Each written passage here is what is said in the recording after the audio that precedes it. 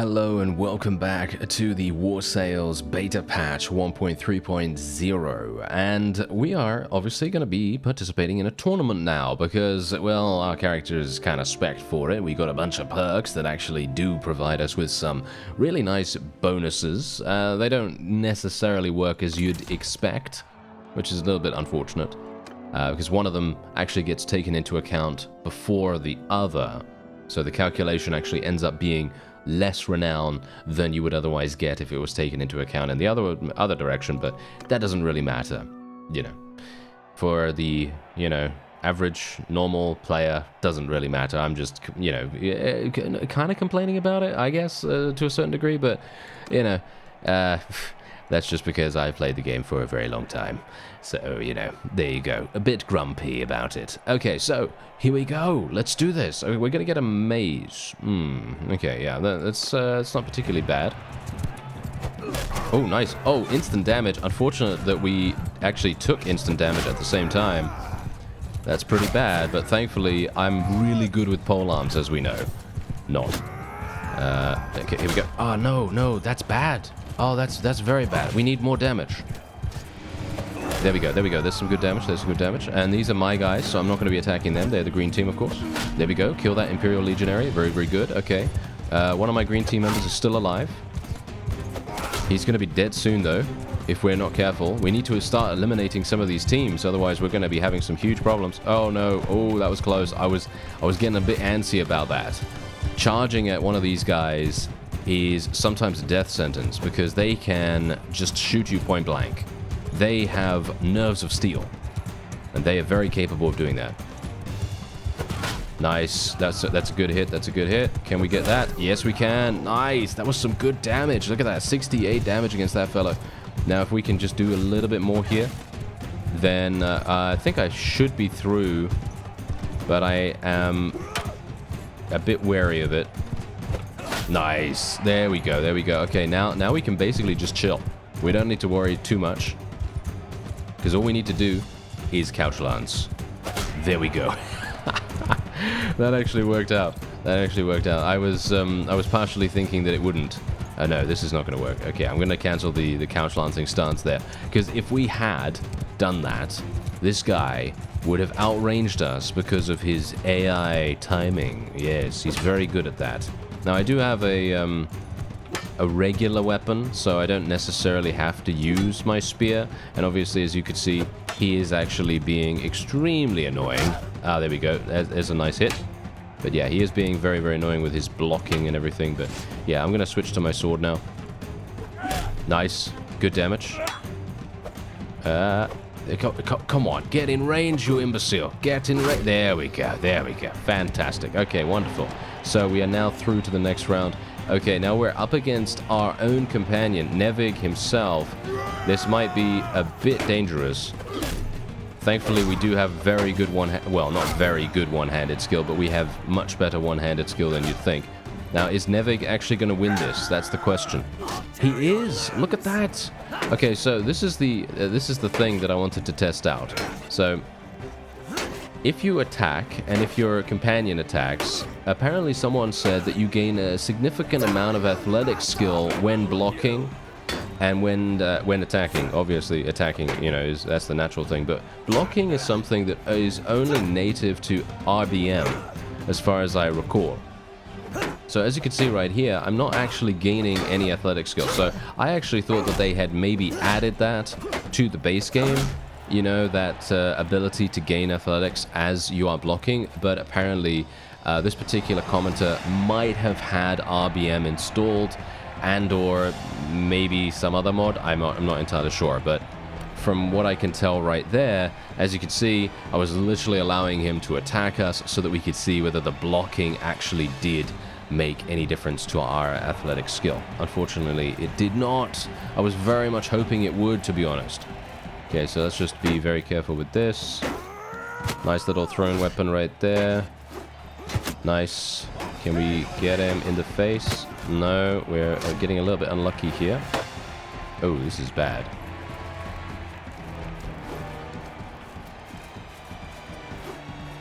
Ooh, this is bad. Alright, we're gonna have a bit of a problem here.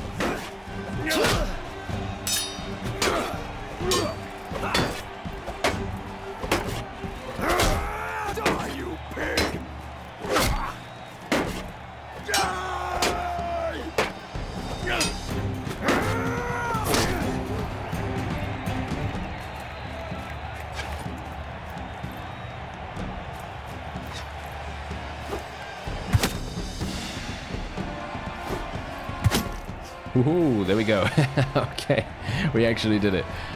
Funnily enough, if this guy right here, the final fella that we took out there, I think that was Nevig himself actually, if he had decided to go into melee range at that exact moment, when they had 2 versus 1, instead of remaining at range and throwing his weapons at us, we would have died. I'm pretty sure we would have died, because the enemy that we had against us right there, I think that was that a legionary or something like that? I'm actually not entirely sure what it was now, but whatever it was pretty high tier character, and as a result, he's going to be able to beat us pretty easily with his, you know, skill being much higher, or at the very least, just a little bit higher, you know, enough for him to be able to, you know, get a little bit extra speed on us. But there you go. We gained 9 renown from this, which is exceptionally good for a tournament. Obviously, this is not something that you're really going to be doing that often, but just imagine 9 renown when you initially, just think about it. If you get 25 in charm and you get, what is the other perk? I think it's here somewhere. No, not here. Okay, where is it? Is it? It's just this one and then roguery? Is it roguery? No. Where is that perk?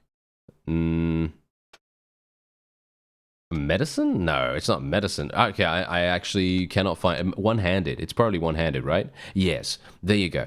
Duelist. So if you can get 100 in one-handed skill, and you can get 25 in charm skill, which are not, I mean, these are not that difficult to get, right? It's not that difficult. So, you know, technically, you would be able to do this pretty easily, you know, just get some focus points in charm skill, do some quests, you're going to easily get charm skill to 25, no problem at all. So you're going to be getting 6 renown every single time you win a tournament. And then if you are using one-handed, obviously you don't have to, but if you are using one-handed, you could take the duelist skill, and then you would be able to get double the amount of renown from tournaments, which obviously doubles the base value of renown, not the applied value when you take into account the charm perk, which is what I was talking about earlier. So anyway, the point is, this is a very, very fast way of leveling up very quickly your clan tier from clan tier 0 to clan tier 1. So if you really want to become a mercenary very quickly, then you could do it that way. You could, you know, take all those things and then do what you can to try and find as many tournaments as possible, and then have a, you know, grand old time like that. Now we are going to be escorting another caravan here, just purely because this is fundamentally, in my opinion, one of the best ways. Oh dear. Oh no. Well, this is a bit of a problem, isn't it? I'm not entirely sure. Have you noticed that I only have 2 options in these cases? Did you see that? I only have 2 options? Okay, I'm not entirely sure if I appreciate that. Let's actually just see what happens as we go forward here, because I don't know whether you saw that, but when we entered this little encounter between these two parties, we went in and we only had an option to either send our forces in automatically, like an auto-resolve, or to go in manually. We didn't have the option to pull back and retreat. Or shall we say, not really retreat, because we're not really retreating, but we're kind of like exiting, you know what I mean? Exiting the situation, which is super, super weird for me. I think that's kind of strange. I feel like we would have the ability to exit still at that point, because we are a third party coming in and, you know, interfering in the encounter between these other two. So it's a bit weird that that would not be possible. So I'm not sure whether they've removed that ability to actually have, you know, the possibility of choosing or whatever. Oh, what's actually going on here? I literally cannot select this guy. I literally cannot select this. There we go. Now I can select it. Okay. Whew, that was a little bit close, wasn't it? That was a little bit close. Okay, so, yeah, at least we got in here before anything bad happened. Like, you know, we do not want the caravan to join. That is a bad idea. We do not want them to join. Okay, so let's actually just do the standard thing that I actually like to do quite a great deal now. I actually like to put my people in loose formation. I know.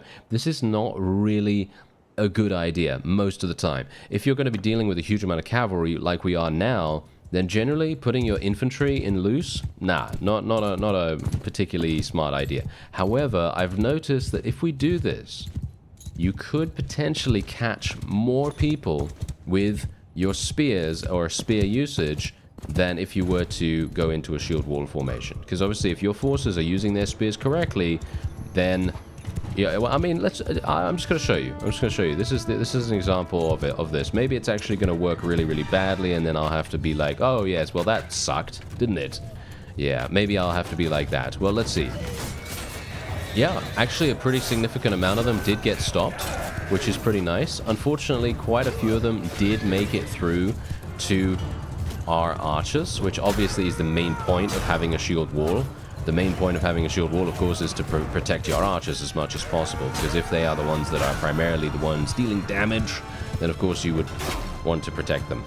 So, yeah, maybe it is a good idea to go shield wall. I don't know. We'll try it out, shall we? I mean, you know, I have found that loose formation can be good.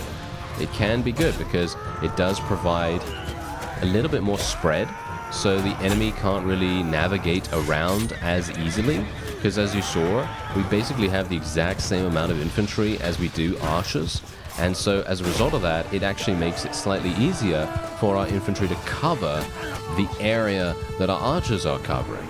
And so, you know, they have a bit more, you know, well, shall we say, coverage of where our archers are going to be, and, you know, they kind of protect them a little bit better. But of course, if they allow all of the horses through like they did there, I mean, yeah, maybe it's not that good. Yeah, well, never mind. Yes, as I said, you know, it is very much a case of just kind of like personal preference, but also what's more effective. And it feels to me like right now, probably shield wall. Probably shield wall is more effective, which is kind of sad to me because I actually really like finding these new little, you know, formation strategies that might actually work out really, really well if we just gave them a bit more of a shot.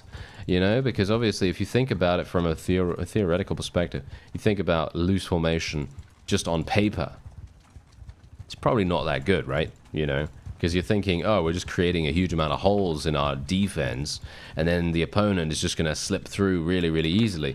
And yeah, they kind of did. I was somewhat hoping that our forces would be able to be maybe a little bit less, shall we say, lacking in the way that they defended. I was kind of hoping that they would be a bit more aggressive and maybe a little bit more likely to eliminate the opponent, you know, because they didn't actually do that. They were just basically allowing them straight on through, and it was, well, let's just say not great.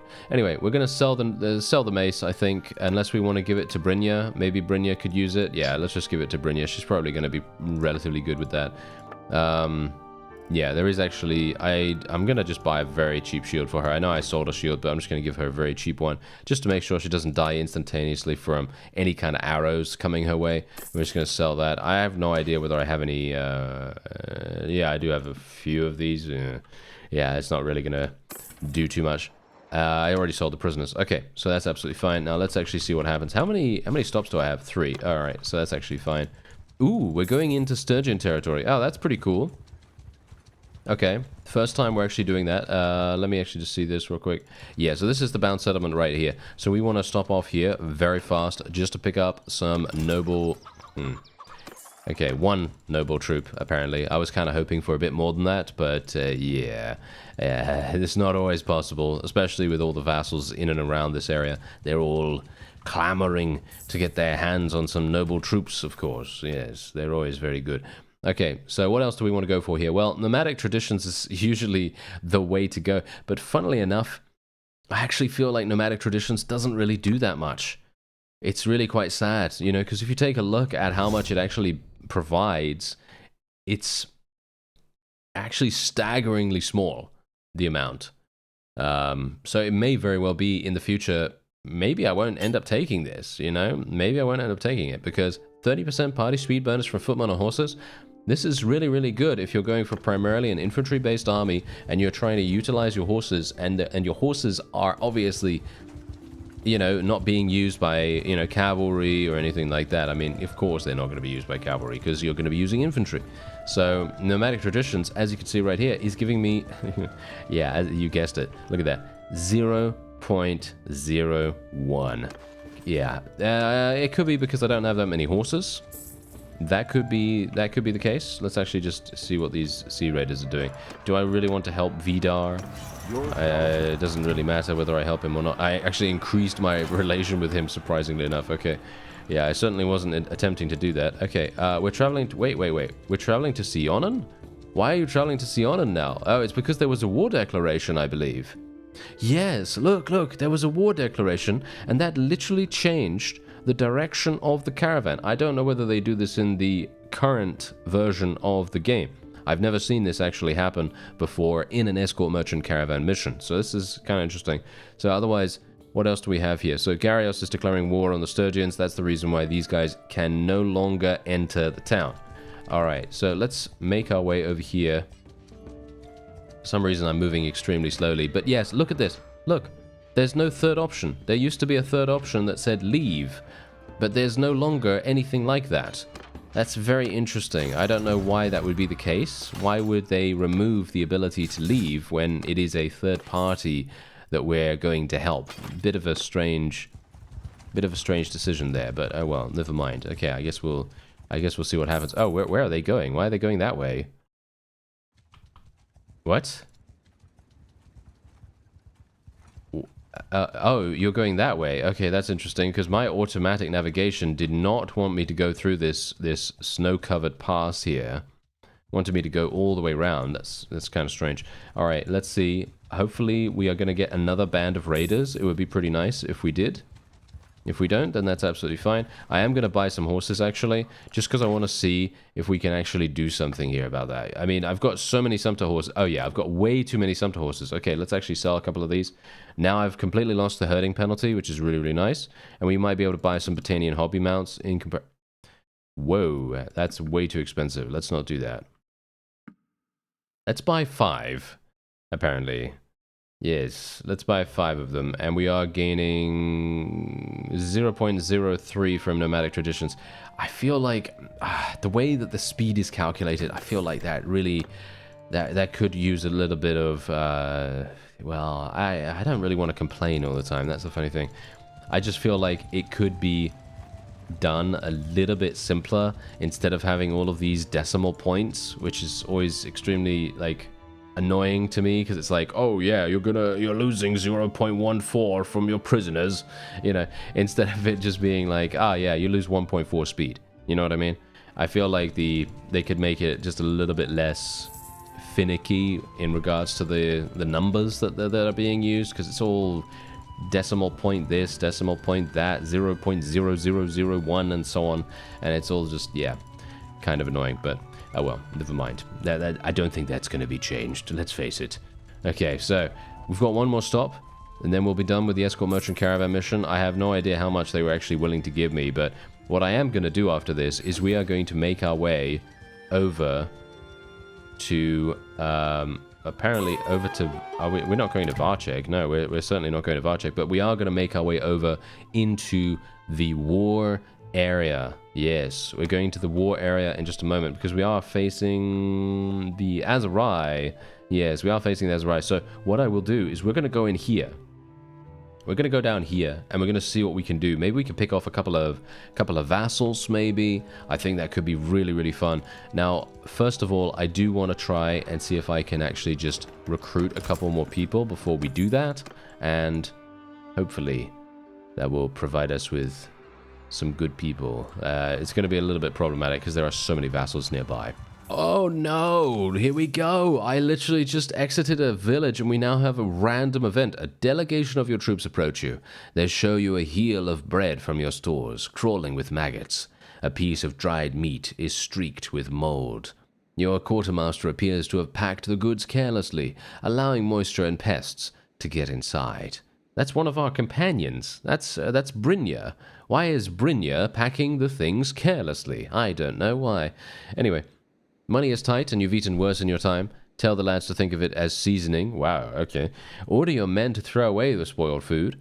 Or punish your quartermaster for storing it improperly and take the money to replace it out of his pay. Well, technically, as I said before, it is a woman, so it would be her pay, but there we go, you know. They don't take that into account by the looks of things. And wolf down the food yourself and smack your lips, telling the men that they are lucky to have such fine rations. And you have a 50% chance of losing 10 hit points, increased morale by 5, increased reputation for being fearless, impulsive, etc., etc. Okay, so yeah, 50% chance of 5% of your troops getting wounded. Okay. Yeah, none of this actually makes any difference whatsoever, but we are just going to be taking increased reputation for being generous. This is another one of those times where I would say that it's a bit strange for us to have a whole value. And by that, I'm talking about not using a percentage. Now, obviously, if we use a percentage here, it's going to become extremely punishing. So we have to be a little bit careful in regards to balancing in that sense. But if you take a look at this particular option here, look at this. You lose 2 grain. 2 grain. Yeah? 2 grain. Yeah. It's nothing. Losing 2 grain, who cares, right? Who cares? That does not do anything. Look at me. Look at this. We've still got. I've got 53 grain. Who cares about 2 grain? So that's what I'm talking about. These kinds of options, they don't really trouble us. They do not really trouble us in any way. Ah, yes, PELISOR, PELISOR, PELISOR.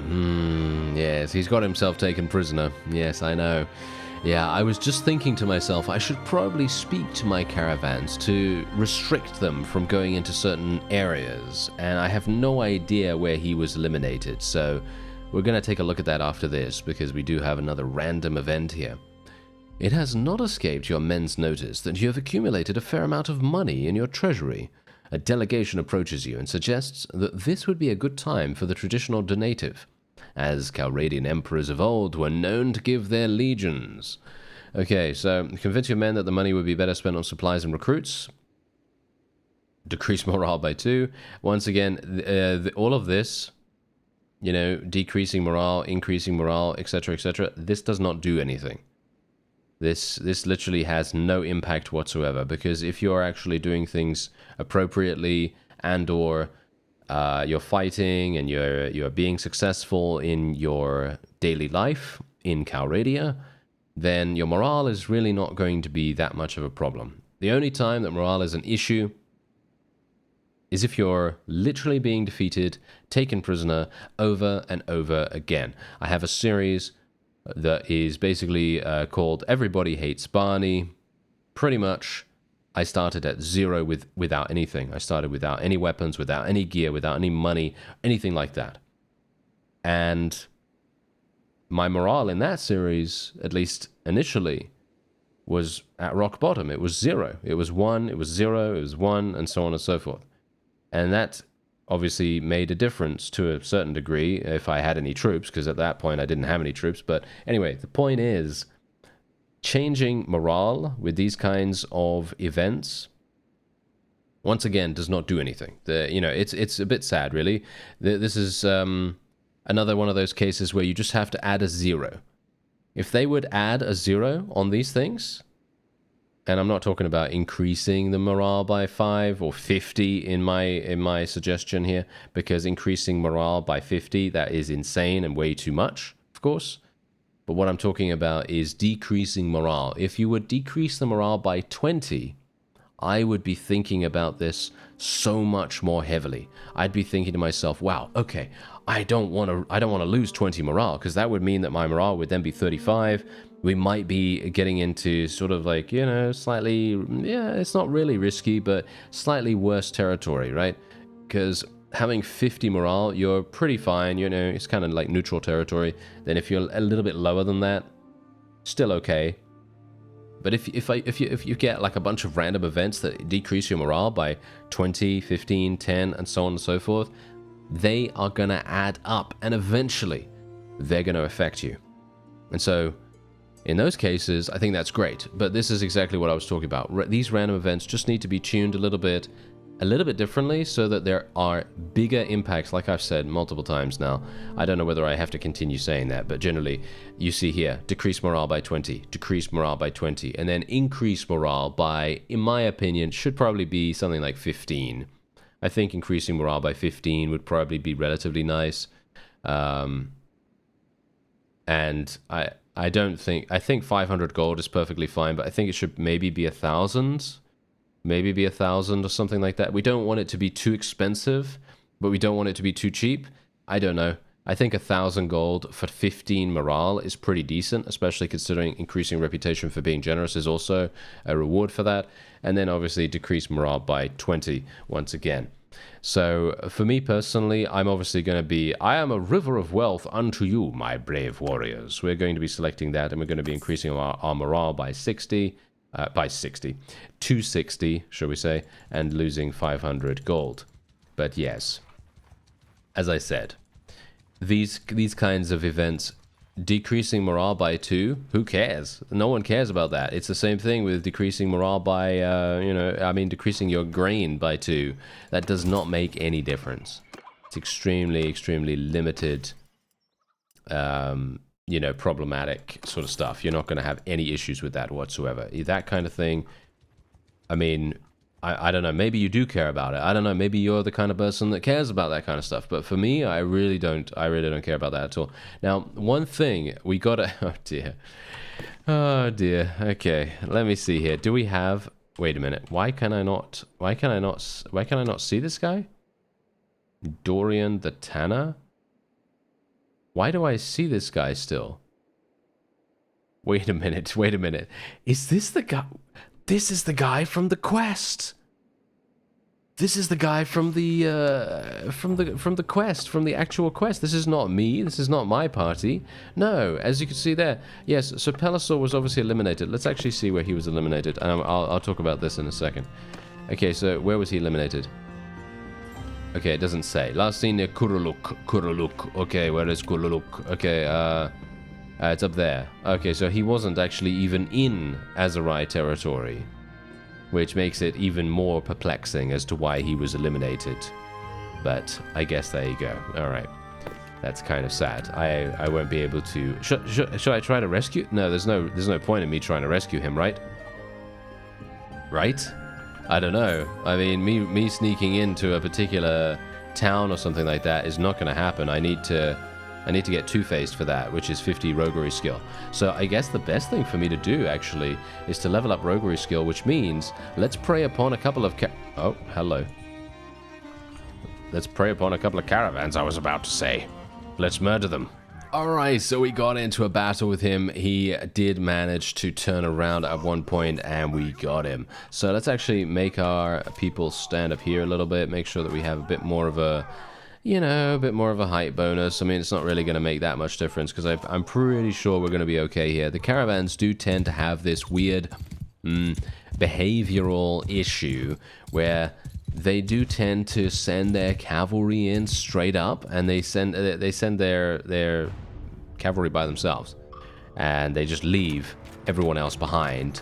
And that is just very amusing to me because it's just like, well, you're going to leave everyone else behind and you're going to just let your cavalry run in here against these insane archers that are just, yeah, as you can, well, yes, that.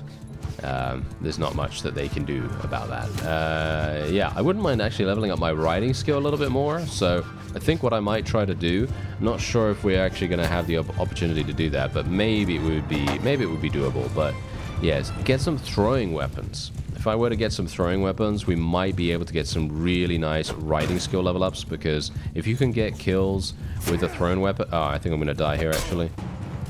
Oh, that would be kind of sad actually, wouldn't it? Yeah, my armor is absolutely terrible. I do need to go into a marketplace and see if I can upgrade my armor a little bit. Whoa, they're actually pretty accurate, surprisingly enough. Okay, let's tell our forces to auto-delegate now, just to, they can get into range if they want to do that. They don't seem to actually be charging straight away, which is quite rare.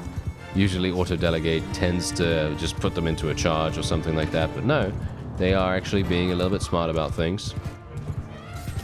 Are they? That's the question. Are they? Are they actually being a little bit smart about things? Maybe. Not really. The archers are not really doing what I would tell them to do, at least.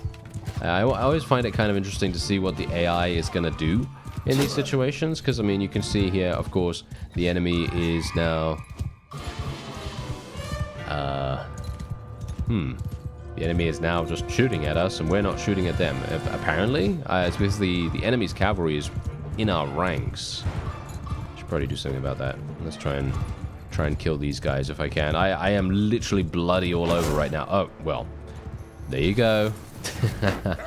Yeah, I mean, it was bound to happen at some point or another. But yeah, my forces should have a pretty easy time here. We are losing our highborn youths, which is okay. We don't really need to worry about that. Never got himself eliminated. I'm actually quite surprised about that. I would have expected him to be quite resilient, but apparently not. Oh, that was actually nice renown and good influence too. Actually quite surprised about that. Nice amount of prisons as well. Actually very surprised. And wow, look at the amount of upgrade cost. Actually rather significant. And we are getting a very nice bow, a bunch of horses, and we've got some...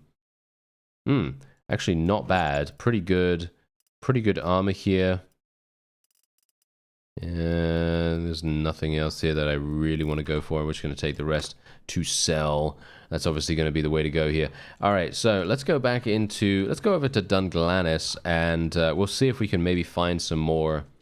Well, I do want to find some more noble recruits, of course, because I am hopeful that what we're going to be able to do is have huge amounts of noble recruits that we can take into Azerai territory. Then we can try and fight as many caravans as we can get our hands on, and then from there we can hopefully level up an army that is capable of taking on some vassals.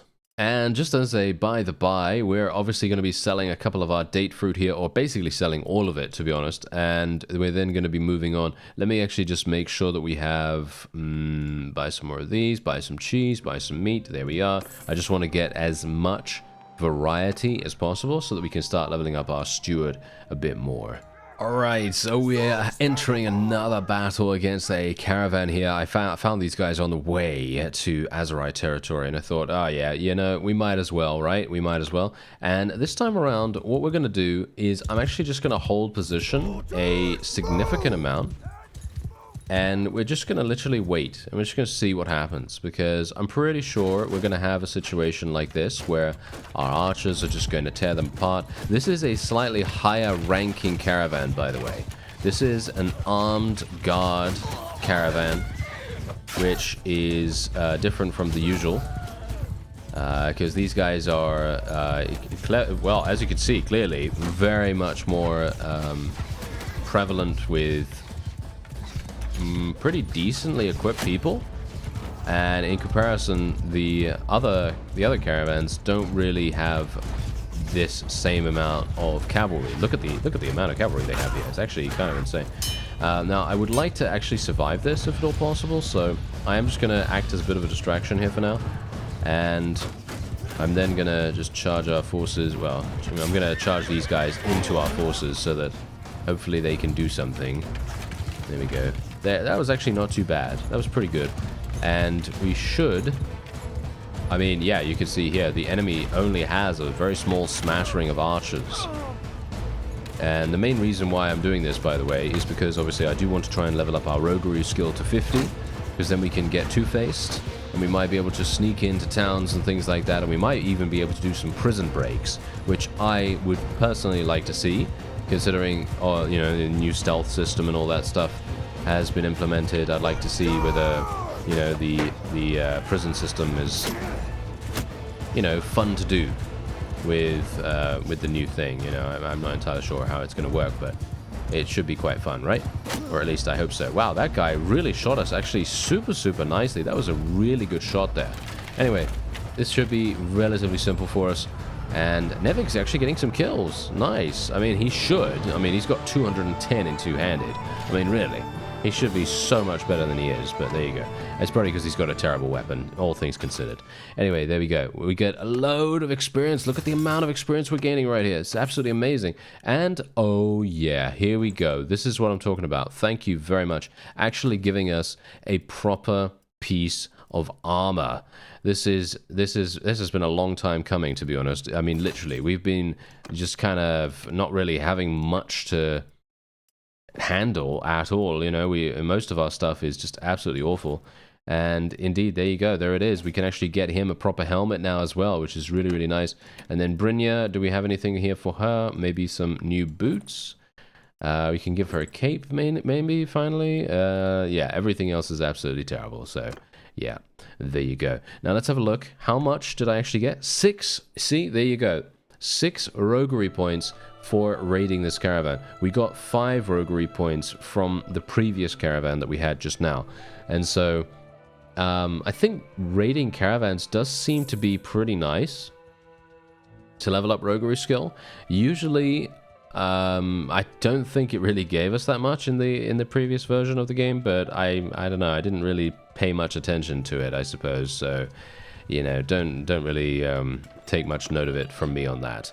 Now we do have look at this. The amount of prisoners that we can sell now. These guys are not actually what? They are. Huh. They're not that high level, and we have barely any of them, and they're selling for 3,200? Have prisoner prices been increased or something like that? That's what it feels like to me. I don't know.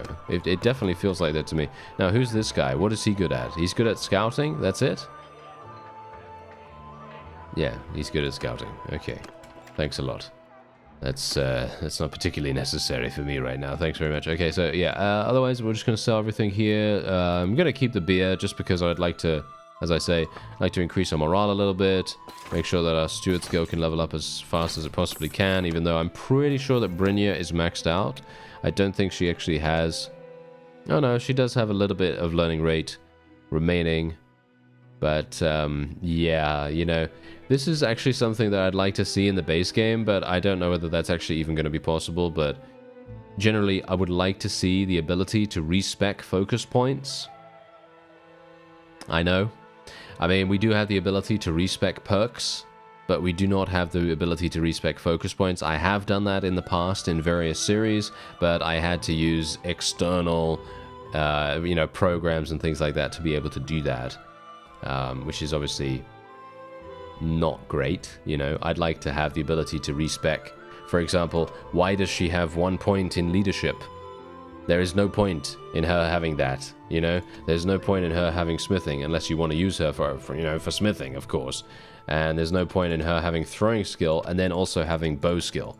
You know, this is what I'm talking about. This is also the reason why randomly generated companions maybe not the best idea, especially when it comes to, you know, these kinds of, you know, stat spreads, because in the event that you actually want someone to be your medic or your quartermaster or maybe even your engineer as well, you know, Brynja is there. She's got good stats, right? Look, she's got 4 intelligence. That's pretty nice.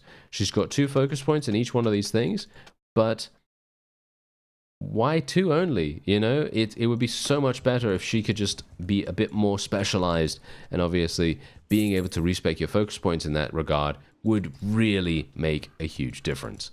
Anyway, we've now entered Azerai territory, and there's our caravan.